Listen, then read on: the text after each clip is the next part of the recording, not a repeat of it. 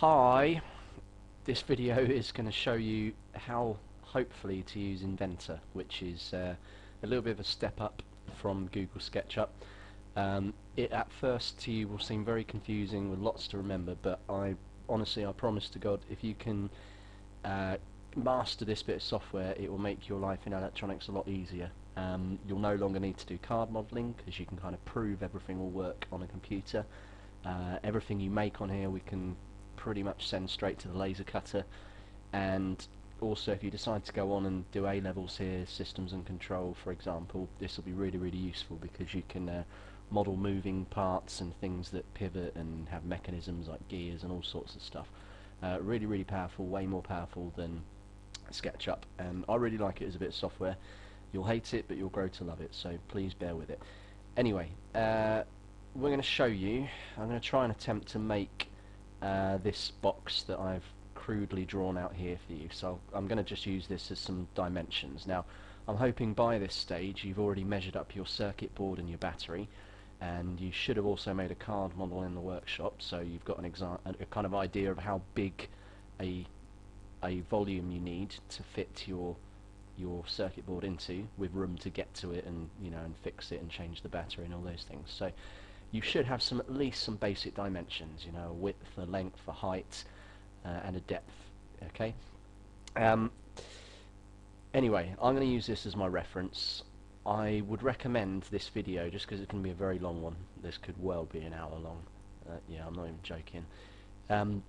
Can you probably just try to follow the same instructions but make your own version of your box, if that makes sense. If you'd rather practice and do my one first, that's great, but if you spend all your time copying mine and then starting yours, you may run out of time in lessons, so I'll leave it up to you to decide. Anyway, Inventor. Right, let me just close that so you can see. The icon you're looking for is this one here. It'll be I think it's down here on the left on the school computers, okay?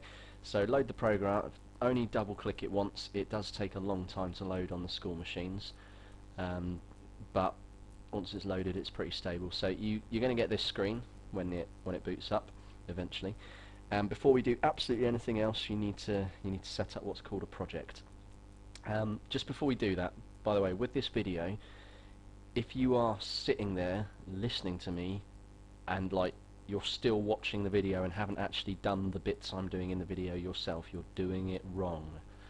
So can you just watch what I do, pause me on the video, and go do that bit yourself, then come back, unpause it, repeat. Alright, it's fairly self-explanatory, but there is not a chance in hell you'll remember every instruction from start to finish if you try and just watch the video through. So take it bit by bit. I'm not expecting you to cover the whole video this lesson. This will take a few lessons at least. Anyway, on to setting up a project. Every time you do something new in Inventor, you must do this. So click on Projects tab. I have to double click. And yours won't look like this because this will be probably the first time you've used Inventor. I've got loads of projects here, various things I've done in the past, things to do with the green power car, whatever. You want to make yourself a new project, so click New. It's a single user project, so click Next. You give it a name, so you should be calling it Counter Project Case Design, something similar. Just make sure it's saving it to your documents. You probably don't need to change anything, it should do. If you get any problems here, by the way, put your hand up and I'll come around and sort it, but this should work fine as long as you don't change anything. Click Next. You don't need to do anything there. Click Finish and click OK. Easy. Now if you're lucky, what it will do is it will put your Counter Project Case Design up here with the list of other projects, and there should be a tick next to it. If for some reason it's not ticked, just double click on it, sorry, like that, and make sure the tick is next to it. The tick indicates which project you're working on. The reason this is so important, if you don't do it, the way Inventor saves things, it will save all your little bits of your model to different places, and when you come to open it next time, none of it will be linked together and it's an absolute nightmare. If you set up a project, however, everything is linked and associated, so it will make more sense as we go. So make sure that's ticked, click Done. And then what we're going to do is go to New, and it may look slightly different to this, but what we're looking for is we're going to be making a thing called an assembly first. So you should have standard.iam. You're going to make one of them. It may be They may look like this on your computers, I can't remember. So if it looks like this, you want standard millimeters, IAM. They're the same thing. So a standard IAM. Just don't pick one from English, because this will make everything in feet and inches, which is old school. So it's either millimeters or it's the default one. Okay. Anyway, click create with that. See how much there is to learn? I told you it's getting really heavy already. But you're all good-looking professional people, so this won't be a problem for you. Well, most of you are. I'm not going to name anyone. I'm just making small talk now while this thing loads. I could pause the video, but that's effort. I might pause the video. Now I'm back from pausing the video. That took ages, but to your eyes it made no difference. Anyway, so you'll get this window appears, and before you do anything, this will test who's listening. I'll know straight away. Click save. Okay, and give your assembly a name. So this will be, I'd call it something like whole counter assembled. In order to understand what we're doing, you need to understand what an assembly is. So if we go back to our picture that we're making, the entire thing you see here is an assembly. And in Inventor language, assemblies are made up of parts. So for instance, this side bit here is a part, this front panel is a part, this top lid is a part, this switch is a part, these windows that are made of acrylic are parts, the door where the battery goes will be a part. So parts make assemblies. Parts themselves are made up of features. So if we look at this part here, it has a feature which is the hole in it for the window. This part has a feature in it which is the hole for the switch here, and they've also got other features like the notches. So parts are made of features, and features are made from things called sketches. This all sounds very confusing, but when you get the hang of it, it makes it seem, well, it's actually a very powerful tool. Okay, so sketches become features, loads of features become a part, glue your parts together and you have an assembly. So it's kind of from the bottom up. So we start with sketches. Anyway, we've saved our assembly, and we're now going to create our first part. Yeah, look, 7 minutes in, jeez, we still haven't made anything. I'm not waffling, by the way. I am waffling now. Alright, anyway, you're going to click create, and the reason you do that is you could go to place, and what that would allow you to do is place down parts that you've already made, but we haven't made any parts yet, so we're going to create instead. And we're going to make our first part, and I'm going to start with this side panel, so I'm going to name it that. I'm going to call it left side panel. Okay. Give the things names that will help. Don't be that guy that just goes on the keyboard and presses enter, because that will really confuse you later on. Okay, left side panel. Great. Click OK. Right, you'll see a weird little Lego brick thing appear next to the cursor. Literally just left click anywhere in the screen. That's just telling you, right, I want to get started. And you'll notice all your tools along the top have appeared now, and they've changed. You kind of work from left to right in a sort of way. So you make a sketch, and when you make a sketch you'll see what happens. Then you do whatever you want to the sketch, make it three-dimensional, twist it around, whatever. And after you're done messing with all this stuff, you return, you finish. Okay, there's a kind of workflow. Anyway, so we're going to start by making a sketch, and this sketch is going to look like the outline of this case here. I'm just going to make it without the notches to start with, and then I'll add the notches in later, because that's good practice. So click create sketch, and you'll get these are called work planes. Okay, these are three-dimensional things in space. Now, just to give you a bit of a, you'll need to know how to navigate at this point. So I tend to do it this way. If you hold down F4 on your keyboard, you'll get this little circular thing appear, and you can click and drag with the mouse, and you can see you can kind of rotate your 3D space around. If you click the middle mouse button in, obviously I've let go of F4 now, you can drag left and right, so you can do that. If you scroll the middle mouse button, you can zoom in and out. So F4, clicking and scrolling, you're going to have to get used to that. This is how you maneuver your view. So anyway, we want to make a sketch, and Inventor put these three work planes up because it's asking us, where would you like to start drawing these? Well, this is a side panel, so I'm going to put it on the work plane that looks like it's orientated sideways. We could pick either of these. You could pick that, it wouldn't make any difference, it's just the views will all match up. Okay, so I'm going to click that one,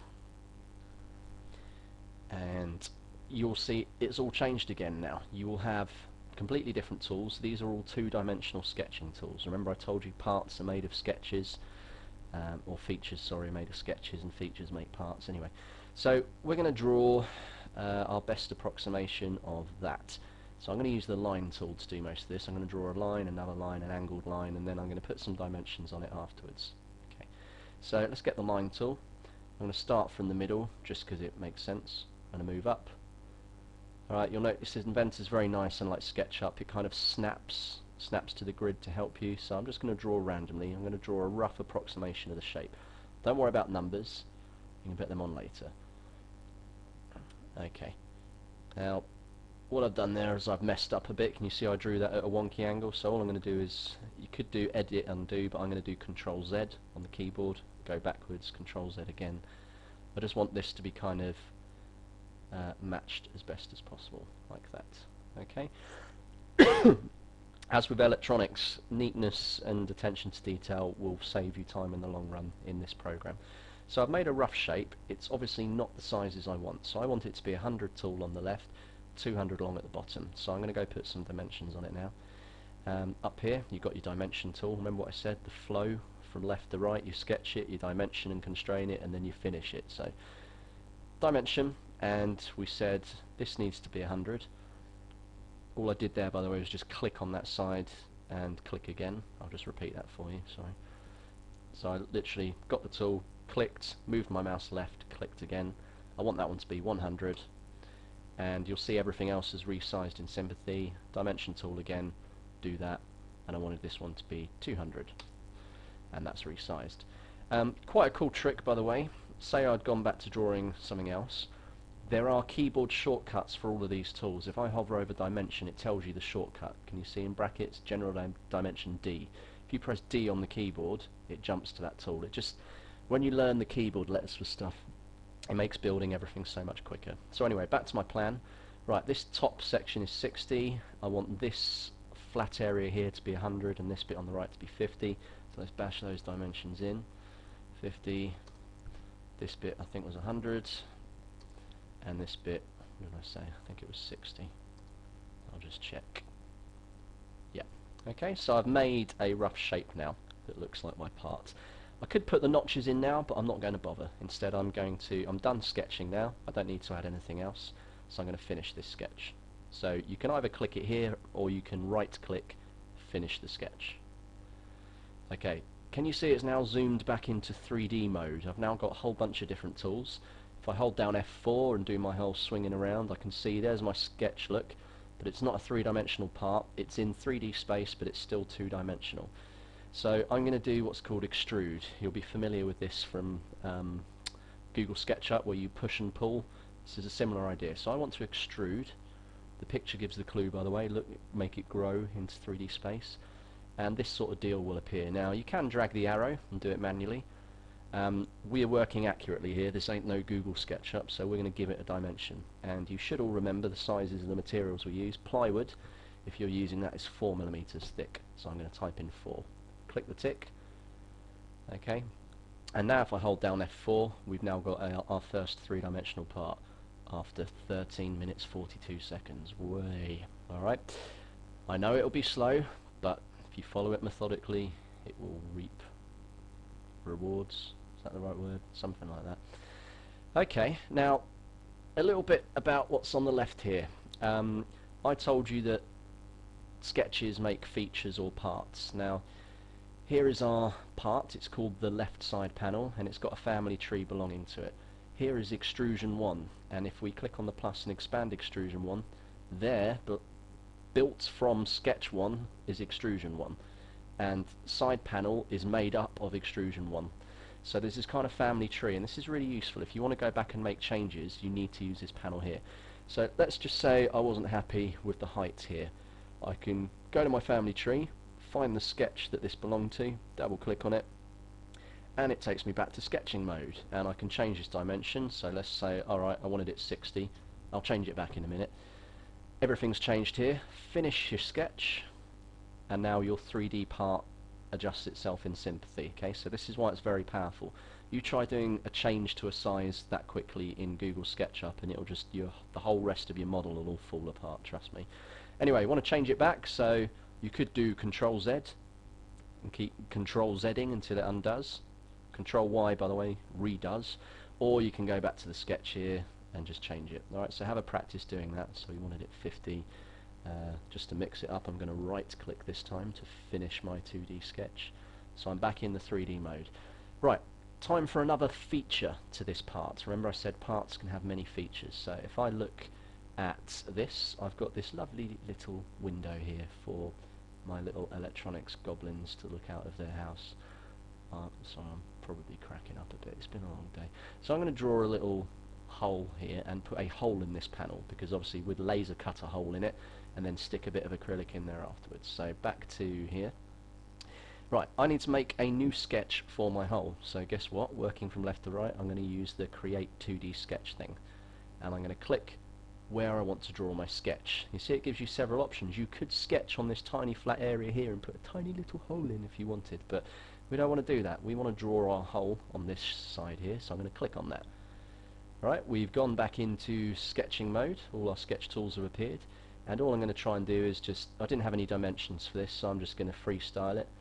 Can you see, by the way, you get kind of nice little tool, like snap to tools. I don't know if you can see there, when I bring this to the same angle I get that little double line above appear, which means it's now making that line parallel.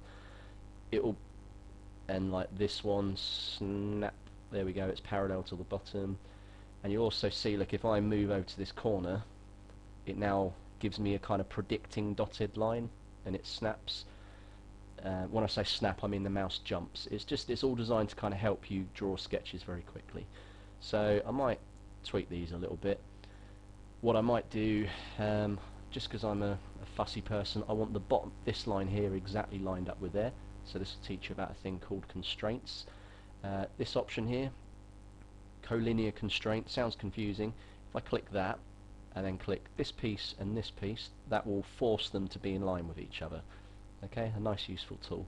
I'm going to put a dimension on it. You don't have to. Again, you should be doing your own model really. But I'm going to go, right, I want a dimension between here, click once, and here, click again. And I want to force that to be a nice round number. So I've got a safe distance for that hole to be away from the edge. So let's go 10. And to make it even, I'm going to make from here to here 10 as well. And from here to here 10. Alright, get used to using dimensions. So now I've got an equal border all the way around. It looks a bit more like I planned it. Anyway, I think I'm done with my little window there, so I'm going to finish my sketch. So up here, we're now back in 3D mode, but it's not a window yet. It's still just a drawing on that part. Can you see there's a new sketch been added? Look, there's our old sketch, here's our new one, but it doesn't belong to anything yet. So now what we need to do is extrude that. So you've got your Extrude Tool here. And now, because there's two areas, it gives us a choice. If we move over, it kind of says, right, do you want to extrude this bit or do you want to extrude that bit? So if I click this, it would be just pulling that area out. I don't want to do that. If I click that, it'll be pulling that area out. Now we don't want to make it stick out, we want to make a hole. So by the way, just quickly, your screen may have looked like that. If it does, just click that arrow and you'll get access to all the tools.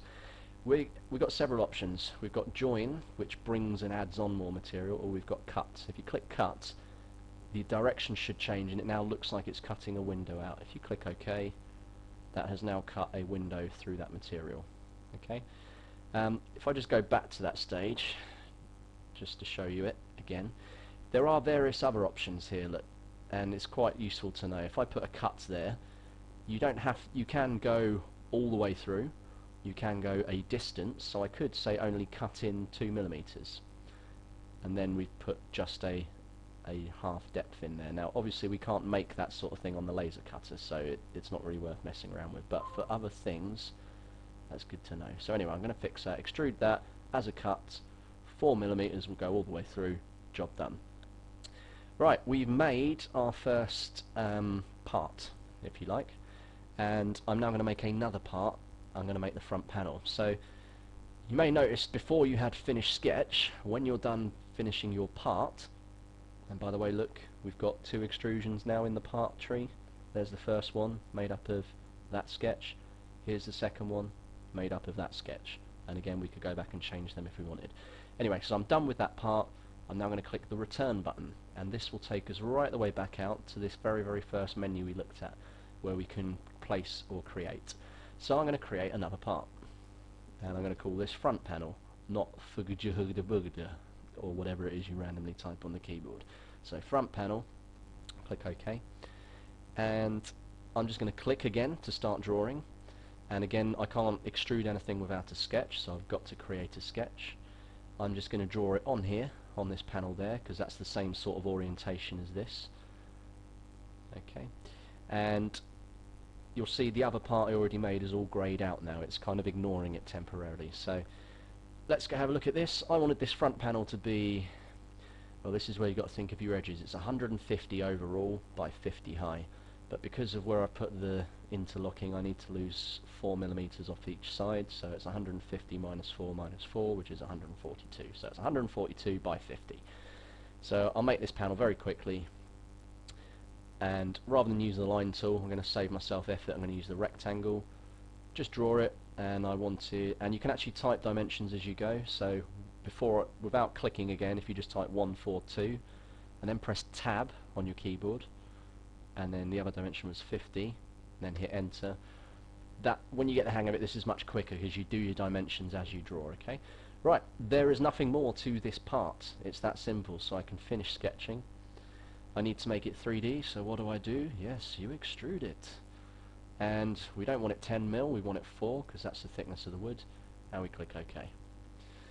You're now going to finish, you're now done with that part. So just remind you, look, there's the tree, there's the sketch.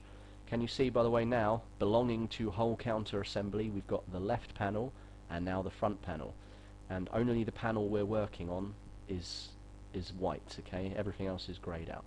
So we're done with this part. Let's click return. And now we're back to the main menu. We've got our two parts here.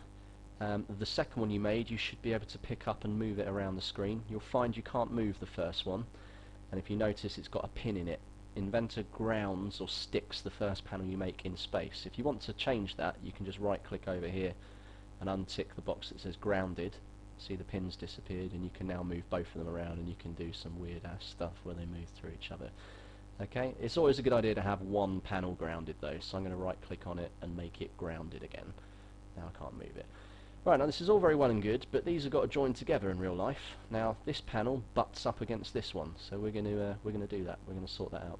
So we now move on to our next complex bit, and this will be the end of the first video. After I've done this, there will be a video 2, because I'm not confident that my laptop can record a video that's very long. And yeah, so I'm going to use Constraint Tool. Now what Constraint does is it allows you to join parts together in 3D. It allows you to glue them together like you would do in the workshop. So click Constraint, and a whole bunch of stuff appears. 99% of the time you're going to be using the one called Assembly, and you're going to be using one of these two options here. Now just, you can't really zoom in on your screens, but just pay attention to these pictures, because the pictures say what the constraint does. If we look at this little picture, it's saying this little red bit here with the arrow is going to push against that little red bit there. So imagine taking two cubes and making the faces of them touch each other. That's what that constraint does. This one is the opposite. If you were using this constraint, it will bring the two faces in line with each other, but they will never touch. So let's look at our plan. We wanted this panel's face here to stick against that one there.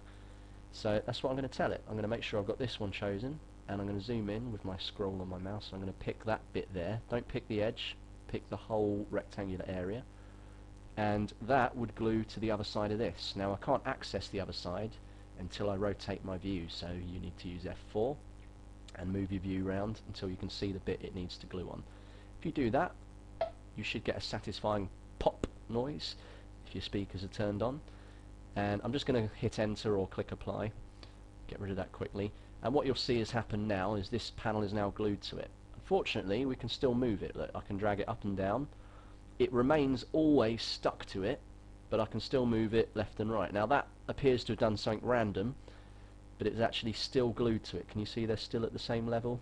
It's just because I tried to drag it sideways, it's gone into outer space. So anyway, just did Control Z there to get back where I was. So I've glued it to there, but it's not yet fully constrained. So I'm going to use the Constraint tool again. Guess what? There's a keyboard shortcut. You can push the letter C, look. There we go. And what I'm going to do now is this top edge here should be in line with that one. But I need the other Constraint tool this time. I need the flush one. So I'm going to select flush first, and then I go, right, I want that flush with this. You'll get another pop, and now we're constrained in two directions, alright? I can still move up and down because I haven't done anything about that, but I can't pull this away from the object, and I can't make it move sort of left to right. Alright, it can only move up and down. So I've got 1 degree of freedom I've got to get rid of now. So get your Constraint tool, final time. Again, I want that flush with this, so I'm going to be picking the flush tool. So I'm going to click top of that and the top of that. Bob's your uncle, maybe. And now, if I drag that, nothing happens because this part's grounded, this one is stuck to it in 3 directions. Okay? Just to show you, if I right click and unground that panel again, if I pick up this one, the other one moves with it. Brilliant. Okay, probably a good time to save your work. Excuse me, I've got a cold and a cough. Just before I end the video, I'm going to show you how to use a part you've already made. There's no sense drawing this panel again, right? That panel on this side is going to be exactly the same, right? It's going to be a mirror image, so we might as well reuse it. So now, rather than create this time, I'm going to go to place. And what you should see is, if you set up a project like I told you at the start, you'll have your assembly, you'll have your left panel and your front panel. So we want another panel. So I'm going to get that and click open. And you can now click and place it. If you wanted, you could go mental and you could just place hundreds of the things, okay? I went a bit too mental there. But obviously don't do that. So I'm going to do Control Z to get rid of these and just keep the one. And before I end the video, all I'm going to do now is constrain this to the other side. So I'm going to click C, press C on the keyboard, or click here, whatever you want. And first of all, I'm going to use mate, as in kiss together. So that face there would kiss against that one. Click apply, and then I'm going to pick flush, and that would go flush with that, and then that would go flush with that. Okay. When you get the hang of it, you can see already things are starting to speed up. We've doubled our output in half the time. Just to prove it, this is all now one assembly. Generally, if you want things to be glued, there are 3 directions you've got to glue them in. Okay. Some of you are bound to have had errors by this point. If I try to, for instance, do this, I've already stuck this down, and if I try to now go, right, I want that bit glued onto here, you'll get, and click apply, you'll get this random error. Right? It's saying that cannot be solved. What that means is, you've already told it to stick together this way, it can't also stick together that way. It would be a paradox. If you think you've stuffed up your constraints and it's not stuck how you wanted and you keep getting that error, what you should do is go over here on the left, find the panel that's giving you grief. So let's see this panel, click the plus, and what you'll see appears are your 3 constraints. Look, there's the first one where we glued it together. There's where we aligned the 2 bottom edges, and there's where we aligned the front edges. And you can, like anything, you can right click and delete these, and that will get rid of them. Okay. Another cool feature, you won't need it now, but this mate, for instance, if I click on it, I can put in what's called an offset. So I could offset it by 30. I don't know why. Hit enter, and they're still mated, but it's left a permanent gap of 30 between them. Anyway, you might not really know why you need that yet, so perhaps don't worry about it. Last thing, I know I said I'd end the video about 5 minutes ago, but you know, I lie, sue me. One thing to watch out for, if you replicate a part, so you just place another version of it, if you make changes to that one, it will affect the other one because they are just a copy. So I'll just show you what I mean. Let's say I didn't like my little window for the electronics people and I want to make it a different size. I'm going to change it. So in order to change it, I've got to tell the computer which one I want to change. So I double click on the offending part. You see all my tools have changed. Can you see only this part is in white now? And I want to change the window, so that was extrusion 2, and the extrusion was based on the sketch, so I want to get in and change the sketch. Right, now let's say I didn't like my gap, I want it 15, okay, so I'm going to change all these numbers to 15, and that one, I'm double clicking, by the way. Right, I'm happy with that. I'm going to finish the sketch now. Okay, can you see both of the parts changed together? And I'm going to click return, and now I'm back to assembly mode. Right, this is why Inventor is very powerful. Everything is related and built on everything else, unlike Google SketchUp, which is just a kind of, it's a bit like sketching an idea. This is like actually building it for real. There's a huge difference. Right, video 2, go and watch it. It's on my channel. It should be on the playlist. It should come up. I'm going to put in notches, and I'm going to finish the other panels, and then I'm going to show you how to import ready-made parts as well, like switches and LEDs, so you can insert them where you'd like them to be. Okay, right,